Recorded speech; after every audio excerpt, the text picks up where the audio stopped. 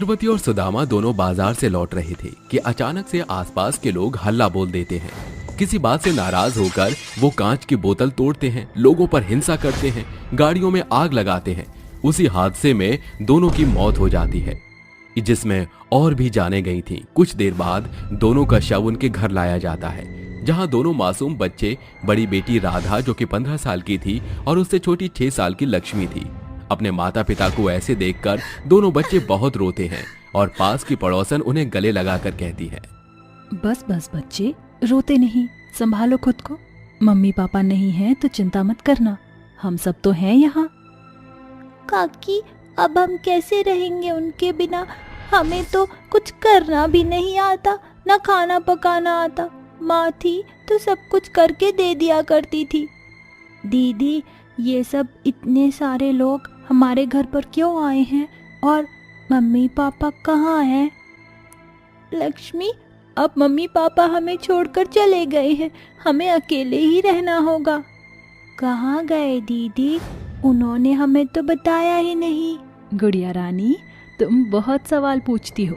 तुम्हारे mummy papa भगवान जी के पास चले गए हैं, तुम बड़े हो गए हो ना, तो उन्होंने कहा है अब तुम्हें ही एक दूसरे का ख्याल खुद रखना होगा। ठीक है काकी, मैं दीदी का बहुत ख्याल रखूंगी। भगवान भला करे इन बच्चों का। देखो तो छोटी छोटी बच्चियां अनाथ हो गई, अब इनका पालन पोषण कैसे होगा? मम्मी पापा, आप फिक्र मत करना, मैं अपनी छोटी बहन का बहुत ख्याल रखूंगी, भले ही अनाथ हो गए हों। कुछ देर बाद आसपास के लोग राधा लक्ष्मी के माता पिता का अंतिम संस्कार कर देते हैं। आखिर इन दोनों अनाथ बच्चियों का अब क्या होगा? वो अपना ख्याल कैसे रखेंगी? जानने के लिए कहानी में आगे बढ़ते हैं। शाम के समय राधा की गोद में सिर रखकर लक्ष्मी लेटी हुई थी। तभी वो कहती है, दीदी, बहुत भूख लग रही है, कुछ खाना है क्या? रुक जा, मैं अभी जाकर देखती हूँ। ये बोलकर राधा खाना देखती है तो बर्तन खाली होते हैं। दरअसल वो बहुत ही गरीब थे, चुन चुन कर एक वक्त की रोटी खाते थे और माँ बाप तो कभी कभार भूखे भी रहा करते थे। तभी कुछ न होने पर राधा कहती है, बहन, यहाँ तो खाने पीने का कोई सामान नहीं है और ना ही कोई पैसे हैं, अब हम खाना कैसे खाएंगे? दीदी, कुछ तो खाने का मिल ही जाएगा। अरे दीदी, स्टोर रूम में देखो, जरूर क्या पता कुछ मिल जाए या कुछ पैसे मिल जाए। वैसे भी माँ बहुत कुछ यहाँ पर रखती थी। हाँ लक्ष्मी, तूने बिल्कुल ठीक कहा। ये कहकर दोनों स्टोर रूम का दरवाजा खोलकर अंदर जाकर सामान देखती हैं, जहाँ सिर्फ कबाड़ा ही पड़ा था और फिर चमचमाता सा एक कोने में मिट्टी का चूल्हा दिखाई देता है, जिसे बाहर लाकर दोनों बहनें बोलती हैं, याद है दीदी, माँ इस चूल्हे के बारे में कुछ बताने वाली थी, लेकिन फिर उनको किसी ने बुला लिया और वह कुछ कह नहीं पाई। हाँ, मुझे याद है, पर ये मिट्टी का आम चूल्हा भला हमारी क्या मदद कर सकता है? ऐसा इसमें क्या है? क्योंकि माँ ने बोला था ये हमारे किसी मुश्किल समय में काम आएगा। ये बात तो मुझे अभी दीदी कुछ समझ नहीं आ रही। ऐसा करो, आप इस पर कुछ बना कर देखो, क्या पता बहुत स्वादिष्ट खाना बने इस पर उसके लिए कुछ है ही नहीं। अरे है ना, ये एक मुट्ठी चावल रखे हैं, इसी को ही बनाकर देख लेते हैं। ठीक है, लाओ, मैं इसमें आंच लगाती हूँ। ये बोलकर राधा कुछ लकड़ियां लेकर चूल्हे पर रखती है और आंच जलाकर जैसे ही वो बर्तन खाली रखती है तो अचानक से उस बर्तन में एक चमचमाती रोशनी होती है और वो खाली बर्तन स्वादिष्ट खुशबूदार बिरयानी से भर जाता है, जिसे देखकर हैरानी से राधा बोलती है, लक्ष्मी, लक्ष्मी, लक्ष्मी, जल्दी देख, मैंने बस खाली बर्तन रखा था और इसमें अचानक से बिरयानी आ गई, वो भी इतनी सारी, और देखने में भी बहुत स्वादिष्ट लग रही है। क्या दीदी मजाक कर रही हो क्या? ऐसा कैसे हो सकता है? अरे ऐसा हो चुका है, तू खुद देख ले। अरे हाँ दीदी, अब तो बिल्कुल ठीक कह रही हो, कहीं माँ इसी जादुई चूल्हे के बारे में तो नहीं कह रही थी।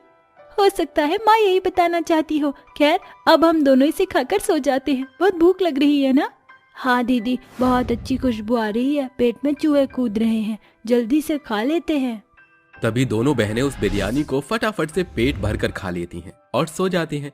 तभी राधा के सपने में उसकी माँ चंद्रावती आकर बोलती हैं, मेरे बच्चों, अब हम तो हैं नहीं, इसलिए तुम दोनों अपना ख्याल रखना।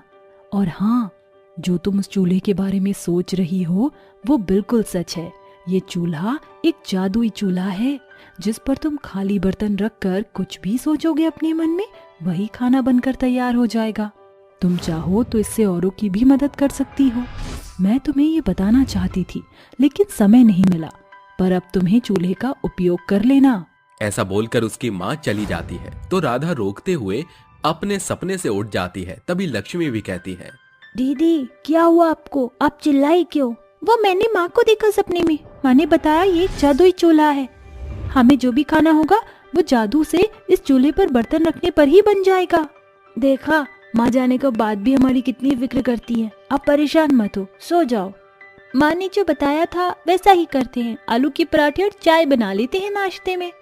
ऐसा बोलकर राधा पहले चूल्हे पर छोटा बर्तन रखती है जिसमें रोशनी होती है और चाय बन जाती है। फिर वो तवा रखती है तो जादू से बहुत सारे पराठे बनने लगते हैं और दोनों बहनें नाश्ता करते हुए कहती हैं, वाह दीदी, पराठा तो बहुत टेस्टी है।